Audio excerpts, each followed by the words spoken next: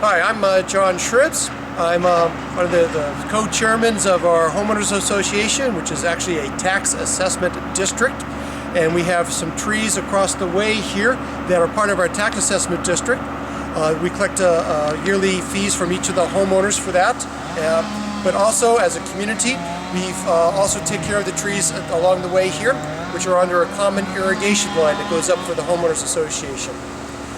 We've been here for 25 years, and we're starting to run into problems with our pear trees, or ornamental pears. For two major issues have been occurring.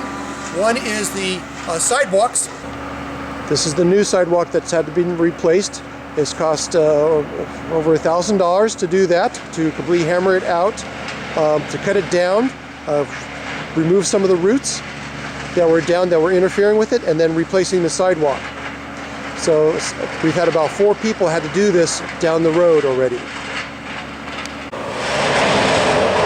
For the street trees, one of the rules is that there's supposed to be a 13-feet drop between the tree and the curb, so that trees and trucks can go underneath. And as you can see, the truck below is hitting the tree limbs, so that's why you need a 13-foot gap between the street and the trees. So all trees should be pruned up to the 13-foot level. That is a city ordinance. On the sidewalk side,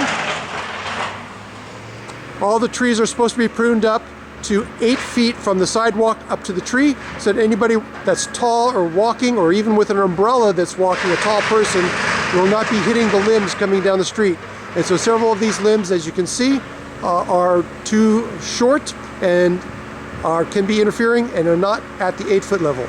There is a city ordinance requiring a 8-foot distance between the sidewalk and the trees. Now here's a tree that is leaning over. It wasn't staked properly at the very beginning, and the wind, which comes from northwest, has shifted this tree over, and it is permanently growing in this direction toward the street, and therefore the limbs on it are definitely interfering with any larger vehicle or truck. And eventually this tree may fall over, especially because street trees with the roots are not as spreading as there is in regular trees in the landscape.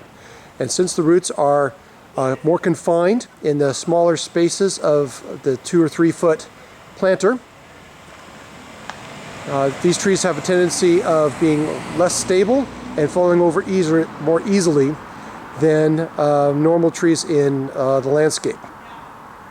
These limbs are supposed to be 13 feet above the pavement. They are not. And any tree, a large truck or vehicle coming through here, it definitely is going to be hitting these branches. And the folks here at this home are concerned about the tree falling over onto their vehicle at some point in time. So we've decided this tree is definitely going to get removed. So there's multiple reasons for removing these trees. We have the fire blight, the lifting of the sidewalks, and also improper growth early on, leading to this problem. In the tree up here, you can see that there's a little bit of fire blight on a limb, and it's been more severe in some years. The trees look like this year they've recovered, but in many of the years the trees are 50%, all the limbs have died, and this disease spreads. We've tried to prune these trees twice now and try to control the disease in a special pruning process, but it has been unsuccessful in getting rid of the disease from the trees. It keeps coming back year after year.